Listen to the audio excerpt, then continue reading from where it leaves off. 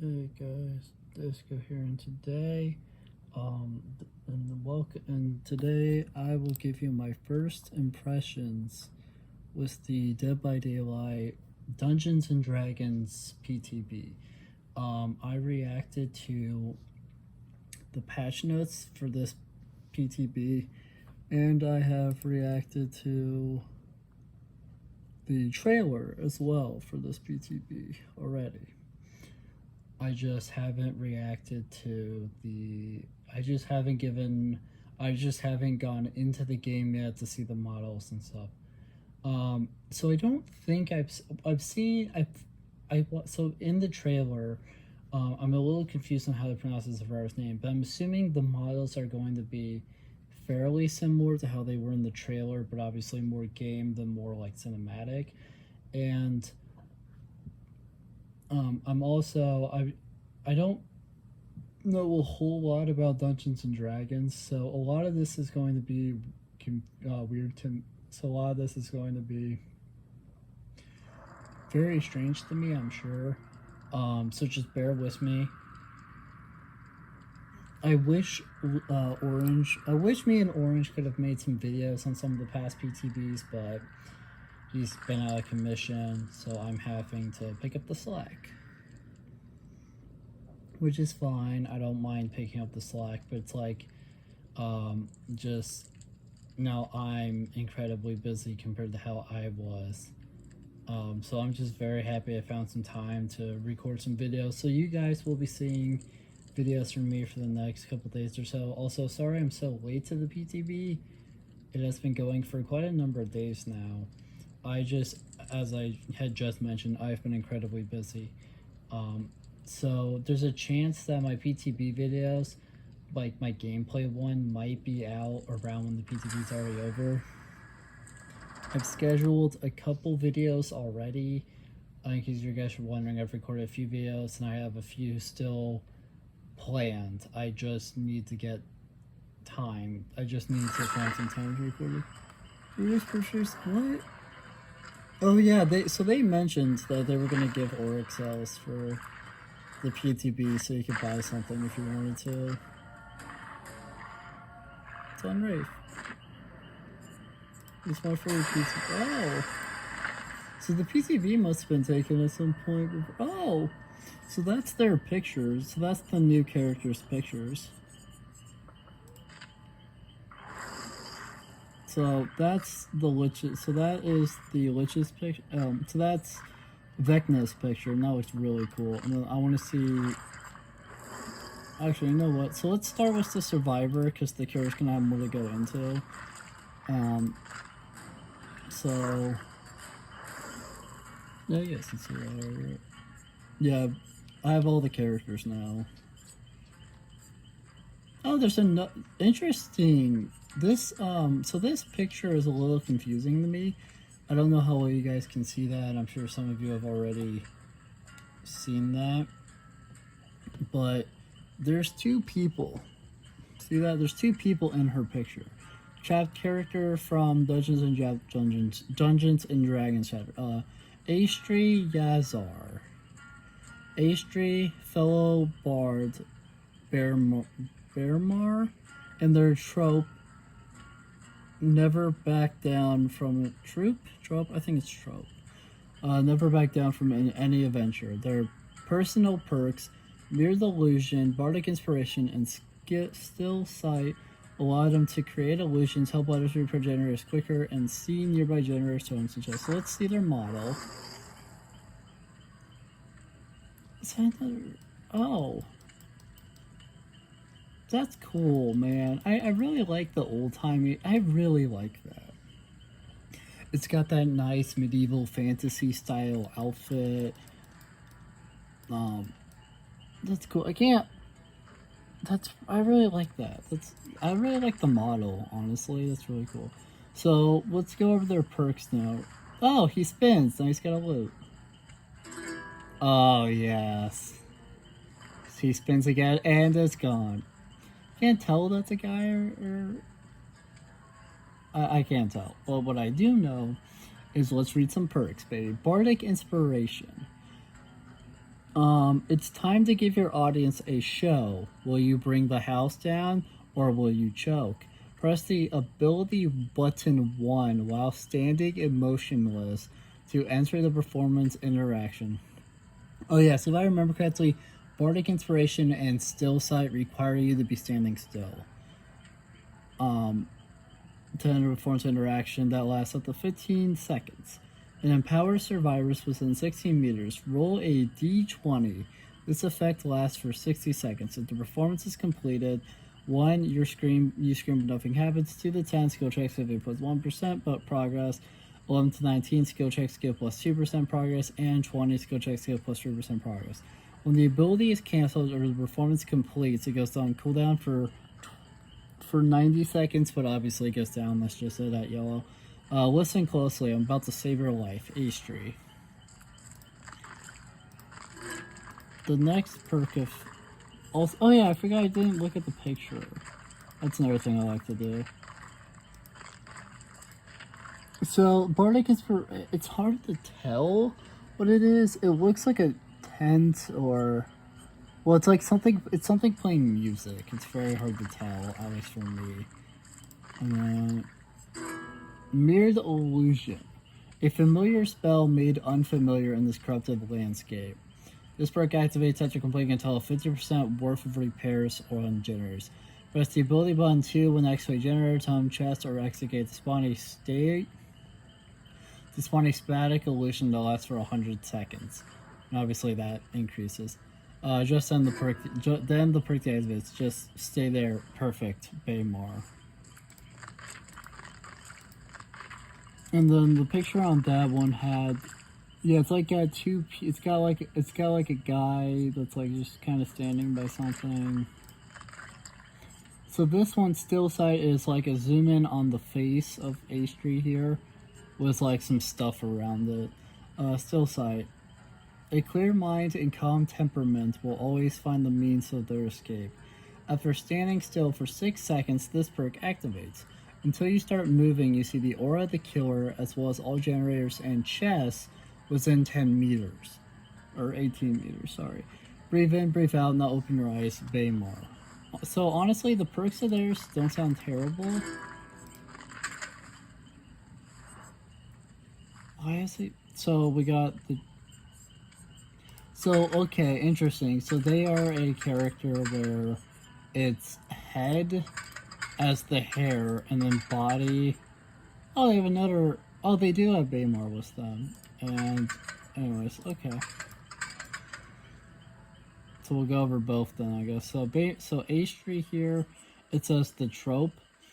The bards knew this quest would be dangerous. They put together a ragtag group of adventurers to help them on their journey. Astri Yazar. Astri's wisdom was matched only by her humor. Okay, so that is a girl. It's hard to tell when they don't talk, you know? Sometimes it's tricky to tell. But beneath her wry grin, she was haunted by memories of her destroyed post. So this is my speculation. When you buy this chapter, I'm assuming it will give Astri here and that other body of Baron jaunting turn shoes. The trope traveled far and wide to restore balance to the land. Little did they know where their journey would take them. And of course, we also have Bearmar Urez. Bearmar was taken in by Astri when he was a young boy. His passion for adventure would get him in and out of trouble many times. And then that one looks like this. So as you can see, the model significantly changes. Now it's a guy wearing again, very Dungeons and Dragons / medieval fantasy sort of style clothing. It's still very cool though. I have nothing against either of their designs. They both have fantastic designs, and I really like that. They have just fantastic designs. How do I...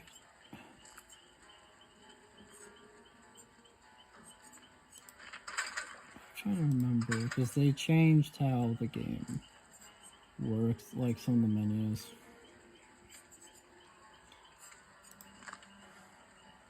low version, high sports, hyper focus.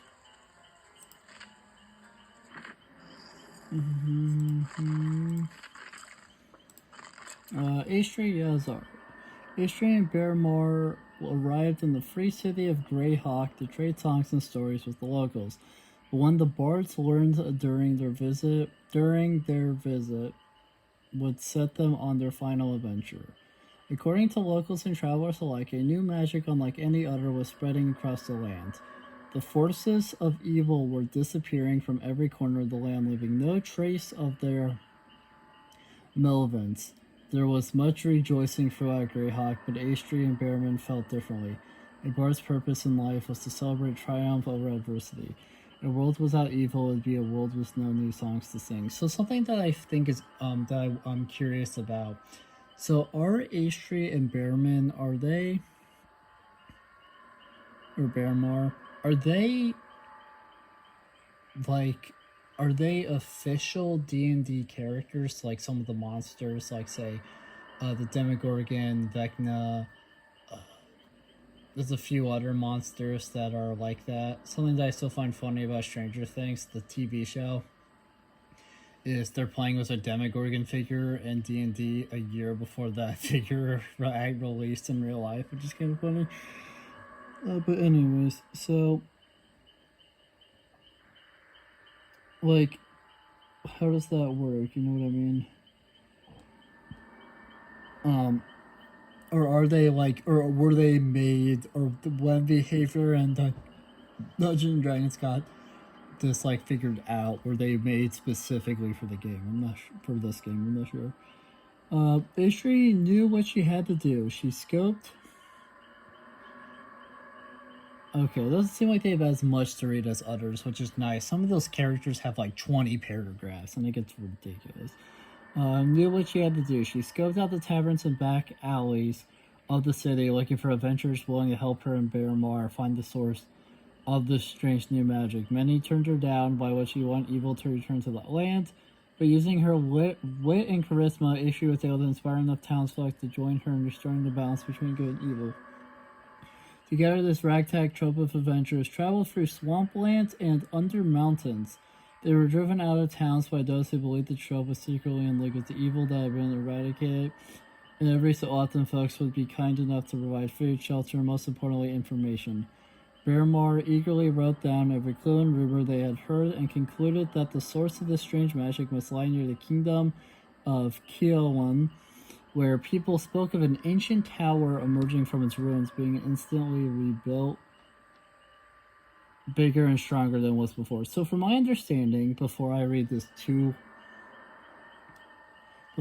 much into this, from my understanding, the map that has come with them has, at least in the land of at least in the NC's realm, has the tower that Vittorio was captured in. Like, was it what's imprisoned when the knight decided to arrest him for whatever reason. I don't remember the specifics of how that happened.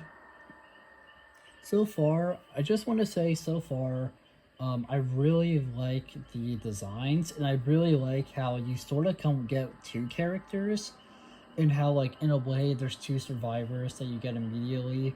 It's just they're both skins, so it's kind of like pick your poison, but that's still really cool to me.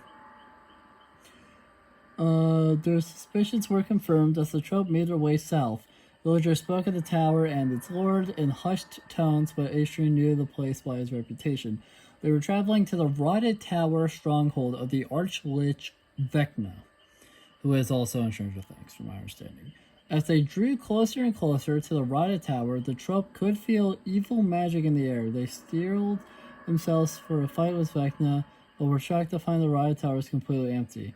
They made their way to the spiral staircase, passing window after window of shattered stained glass, until they reached the top of the tower. Amidst the debris, Astri found a hastily written scroll.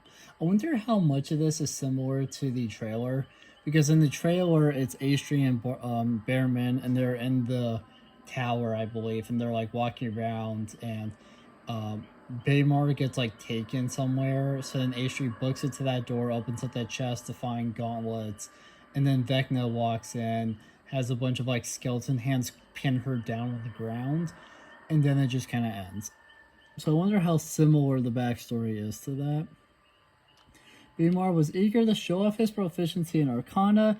He studied the scroll and realized the words were an incantation written phonetically. As he sang the words aloud, the tower began to rumble. Black fog crept in through the stone floor. Aishri stopped Beimar from his recantation, but it was too late. The fog took hold of the adventurers and within moments they were gone. Okay, I see. So Vecna must have gotten some type of information about the entity's realm. Somehow that happened. I'm sure Vecna's backstory might explain it a bit more. So it seems to me like Vecna was already in the entity's realm, and then they followed shortly after because Beimar wrote that incantation. Okay. So now that we've seen them, oh, that's cool. How Aishri at least like stands on that rock and was like her, kind of has one foot on that rock. I really like their portrait pictures because Aishri has Beimar in it, which is cool, and it's not bad. Vecna just looks menacing as all heck, and I love it. So Vecna, aka the Lich. Oh, he's a moderate difficulty killer. Okay, few dare speak of the Lich's true name, for fear that he may hear or worse. His personal perks: weave attunement, a good touch, and dark arrogance allow him to exploit used items, exhaust those who disturb the crows, and increase a bolt's speed. Yes, he does. Let's see his model. Oh, that's cool. I shall make this place. Oh, that's so cool. Oh, that's cool too. The skeletons. Oh, he's got a bird. What? That's cool. So he spawns in kind of chilling in the back, and then he comes forward a bit, makes the spell book seemingly appear out of nowhere, looks at it, makes it disappear, and then there's like pages flying. Made free, like floating really cool, like in purple skulls appear, and then they disappear. Oh, he's got the book again. And then he makes that bird thing that he's currently holding, and then he'll like make the book appear and read it, and then he puts it back. Oh, I see, the book is right up in there, and it's like a rib cage. That's cool. Does he have any? No, okay, I wasn't sure if he would have any. So Vecna he apparently doesn't have any like outfits like Beimar did, but so we got the Lich, a mighty wizard who turns. Secrets does this realm? I'm really happy he talks because he sounds amazing. Anyways, so the Lich, a mighty wizard who transcended life and death in his quest for power. Natural armor, the fine golden filigree conforms perfectly to his withered undead form. And of course, finally, after fought dagger, blade in hand, he fought with ferocity, even when he lost his eye and hand to the one who betrayed him.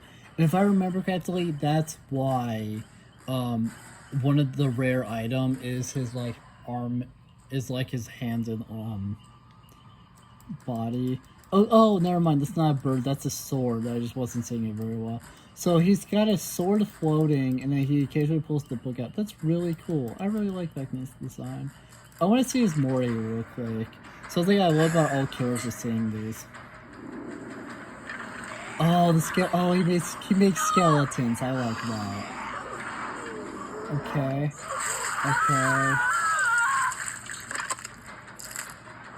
Are you fucking shit? Oh my god, this dude has an S tier Mori. What the shit? Does this realm? Okay, I need to wrap my head around what I just saw. So he has this so he still has this like little swords floating. He kind of pulls you, like he makes those skeletons appear out of the ground, those purple skeletons, and he makes like looked like free appear. They latch onto the survivor, and then he like snapped or did whatever, and then it seemed like they were supposed to be like biting the survivor or doing something, and then they disappear, and the survivor is left as a bone, as a bloody skeleton mess, and then that is cool. So Dark Arrogance here has a picture of him with kind of his hands, like sort of like in that pinhead stance where they're like kind of by the ground, but he's got them like moved up. Dark Arrogance was when everything is going right, you are an inescapable inevitability. Increases the duration you are blinded by any means, and the duration of pallet stunts by 25%. Increases regular ball speed by 16%. Run all you want, I will not be denied. Vecna. Oh, that's cool that he spins the sword. I love that he just spins it. So, which one is this? Languid Touch has a hand, and I'm assuming some, like, magical thing coming out of it. That's cool. Your dreadful aura is so suffocating that even terrifying scenes tire your prey. When survivors in 36 meters have your scary crow, they gain the exhausted status effect for 6 seconds. This perk has a 20-second cooldown. Exhausted prevents survivors from activating exhausted perks. Submit to me. It is inevitable. Vecna. I love this guy. He makes such an amazing addition to DVD. I love it. Weave Attunement, which it appears to be someone maybe falling or something. It's very hard to... No, okay, I see it now. It's like half of his face and then like his hand, like grabbing, like going forward to grab something. You are so attuned by magical energies that you can sense even minor ripples around enchantments. When an item becomes depleted for the first time, it is dropped. You see the auras of dropped items. Survivors in 8 meters of dropped items have their auras revealed to you. When a survivor picks up a survivor item, they suffer the oblivious status effect for 20 seconds. No number of novelties will protect you from me, Vecna. I love this guy already. I can't read the name of his power because it's too big, but it says, bound was the skin and flesh of men. The book is packed with spells, both forbidden and wicked. To select a spell, hold ability button 1 to open the spell selection. The Lich has 4 different spells. Mage Hands creates a magical hand that lifts down pallets or blocks upright pallets for 4 seconds. Flight of the Damned, it conjures 5 flying entities that pass through obstacles and injure survivors. Dispelling Sphere has a moving invisible sphere that reveals survivors and temporarily disables magic. And of course, items fly, briefly move faster, ignoring vaults and paths. Special item, magic items. Treasure chests found around the map can contain magic items for survivors to equip. These include boots/gauntlets of the interloper. When magic hand is used, reveals aura of affected pallets and applies haste for 3 seconds. The Night Watch reveals auras of Flight of the Damned. The Archivist makes Dispelling Sphere visible. The Skyguard reveals the Lich's aura during fly-in for a few seconds after.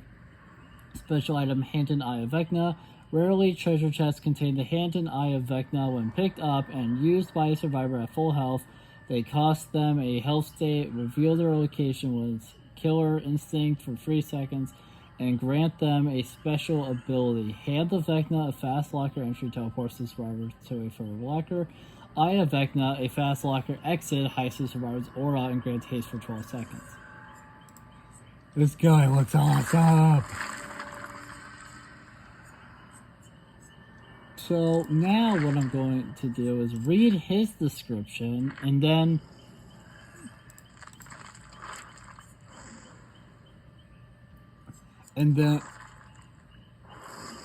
okay, well, I want to see the mortar one more time. I just want to see the mortar one more time. It's so cool. Yay! Yeah. There's now 2 skeletons. Amazing. Bio. Oh, interesting. So he's an average height killer, which makes sense. He's also floating, which is dope as hell. Him and Nurse, I think him and Nurse are 2, if not the only floating characters right now. At the top of my head, I can't think of another killer that floats. Everyone else uses 2 legs. Unless I'm forgetting someone, which is entirely possible.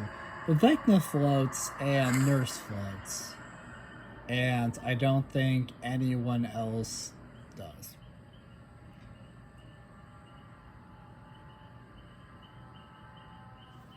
Anyways, so his speed is 4.6 meters a second, which I think is average. 32 meters a second speed, which is average, and then he's average height. So he's pretty solid there, guys. The Lich, the Whispered One, Lord of the Rotted Tower, the Master of Secrets. Few dare speak his true name, for fear that he may hear, or worse. Even as a young wizard, Vecna's command of magic was matched by none. While others spent decades committing to and perfecting one school of magic, he effortlessly mastered each one of them. After his mother's execution for witchcraft, his focus became obsession as he poured the most of his study into the darkest school of magic, necromancy, the magic of life and death. Is necromancy really... I remember playing a game once. It wasn't a finished version of the game, nor do I know if it has been finished since, because it's been like a few years since I played it. It was a visual novel-esque game that gave some choice, like it would give you dialogue choice that you could pick. Basically, it was a bunch of different people that knew different types of magic that were working together to try to get that magic into to try to show that magic, that type of magic that is viewed dangerous and not useful, has practical uses. So I believe, yeah, so the you don't really get to pick your character, but like your character was a battle mage, so they had magic that was all about battle. There was a blood mage among you who tried to put that into like a medical field. There was a lady, there was a elf that was with you that made, that was like sort of like an engineer. So she made some like machines, and then figured out a way to like put like souls of people that like weren't fulfilled into them to try to make them feel more fulfilled. And then the one of them was like, I think they were part demon, and they were like the boss, so they mostly did paperwork, though I believe they did some other stuff as well. And the last one was half lich, because they tried to figure out a way to use like the undead properties of the lich to, I think, to do something. I forget the specifics. And basically what ended up happening was they made themselves like a half lich and whatnot. I don't know why I mentioned that, but I just wanted to. Anyways, as his power grew, so did his ambition. Over the centuries, he shed his mortal shell and ascended to lichdom. His power gave rise to a great empire, ruled over from his broader tower. His thirst for dark knowledge to fill his book of vile darkness led him to many realms and planes, but it was in his own realm one of his servants found something, a spell perhaps, torn from an ancient tome written in a language he had never seen.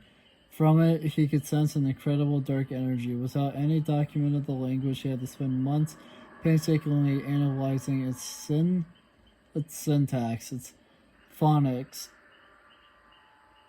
its form. He documented every stroke of every letter, scrutinizing and theorizing on their meaning in a massive book hidden in his chambers. When his lieutenants came to him with problems in their domain, Vecna told them to deal with it themselves. He had more important matters to attend to. Countless nights were spent memorizing the strange script, attempting to make it make sense. Only occasionally would he leave his key to investigate rumors of people who had disappeared without a trace in the night. At these scenes, he could sense the same foreign magic that emanated from the torn page. He was convinced that whatever was killing these people had also written this strange script. He was confounded, which made him furious. The scenes, few and far between, had no pattern, no common motive, no sign of struggle, no body, and only a lingering hum of dark energy. To what end do they need these bodies? One dark night he had a breakthrough. A word he had been interpreting as dying made more sense as disappearing. Perhaps these people were not being killed at all. Perhaps they were being taken alive. He applied this substition through his notes, and everything seemed to fall into place. So he thought everybody was dying, but instead, no, they're just disappearing to this strange world. He copied what he had learned to a fresh piece of parchment. Written phonetically, he began to speak the words aloud, and the room darkened. It filled with a creeping black fog. He felt himself displaced and going somewhere else. Vecna resisted, incanting memorized spells, holding the fog at bay. But as he gazed into the darkness, he felt the alluring energy from it, a despair, an evil he could scarcely imagine. A sick curiosity overcame him. He dropped his concentration and let the fog take him, whatever it was. Wherever it was, he understood that the only way to harness it was to submit to it. He knew in his cold, unbeating heart that his dark secrets would one day be his. I'm really liking this chapter so far.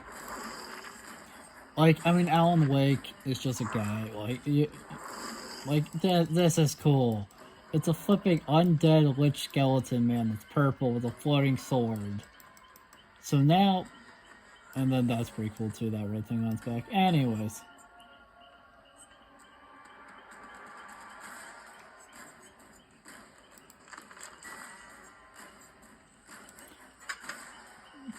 So now let's react to his add-ons. So I'm going to go from, so I'm going to do what I always do. So go from Browns to the Iridescents. I will read them. If they have a quote, I will read that too. I will read their effects. And then after this part of and then I will look at the little thing of like the map that they have in custom games. I'll look at that, and then I'll give you my final thoughts, and we'll be done. Trickster's Glove. A glove once belonging to an arcana trickster whose mastery of mage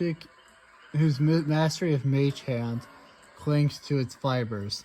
Increases the time mage hand holds a palette up by 1 second. Oh, so we can only hold it up for a limited number of time, it seems. That's cool.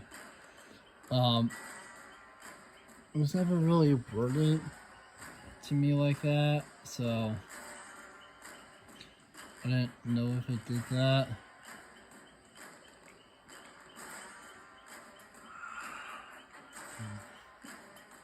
Sorry, something really weird just happened. I was looking at something and it changed to a different thing without me touching it. That was really weird.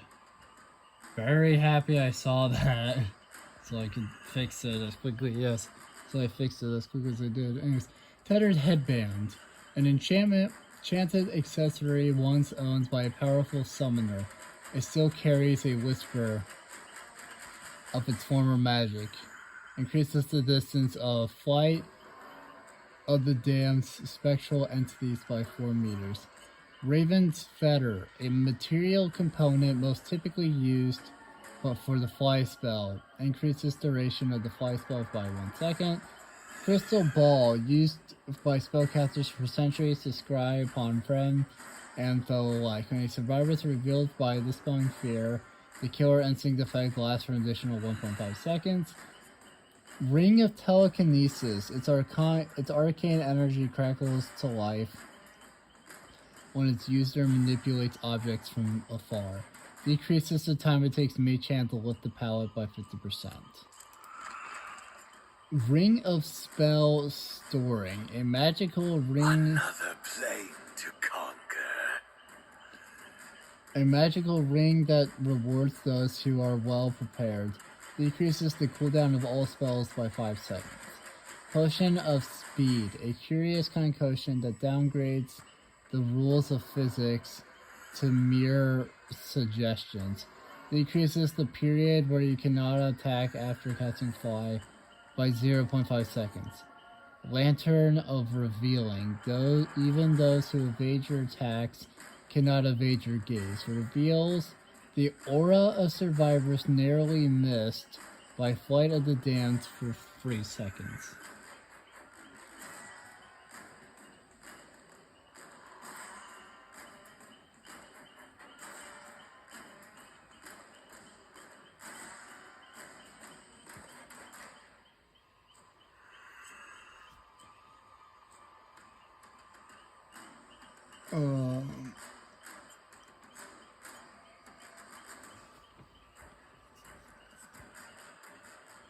Lantern for feeling, give it us to. Oh, yeah, I read that.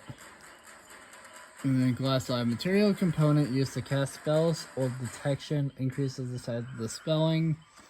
Spheres by 2 meters and its movement speed by 10%. Staff of Withered. Its necrotic power brings its targets closer to death. The spelling sphere causes the exhausted sound effect for 20 seconds to survivors who enter its radius. Pearl of Power. Its shimmering face energizes mages who hold it, allowing them to cast more spells. Reduces the remaining cooldown for your spells by 5 seconds each time you land a basic attack. Ornate Horn. Once used to rally troops to battle, its very presence brings great armies into heat. To bear. Whatever. I don't know anymore.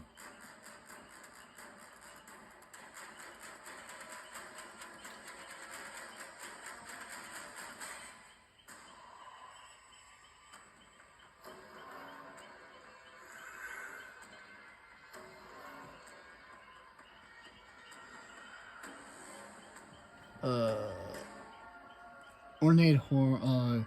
So increases the number of entities created by Flight of the Damned by 1. Cloak of Elvenkind. Its colors are constantly shifting, making it more difficult to detect from afar. Reduces tear rates by meters while the fly spell is active. Boots of Speed. A simple click of their heels grants their wearer incredible pace. Casting Mage Hand grants you 5% haste for 2 seconds. Robe of Eyes. When worn, none can escape its bearer's unyielding gaze. Reveals the auras to survivors in 8 meters of a treasure chest for 3 seconds each time you cast a spell. Dragon Tooth Dagger. Made from the actual tooth of a dragon, its edge is jagged and cruel. Applied hemorrhage and mangled status effects to survivors. Hit was a basic attack while holding a magic item for 40 seconds.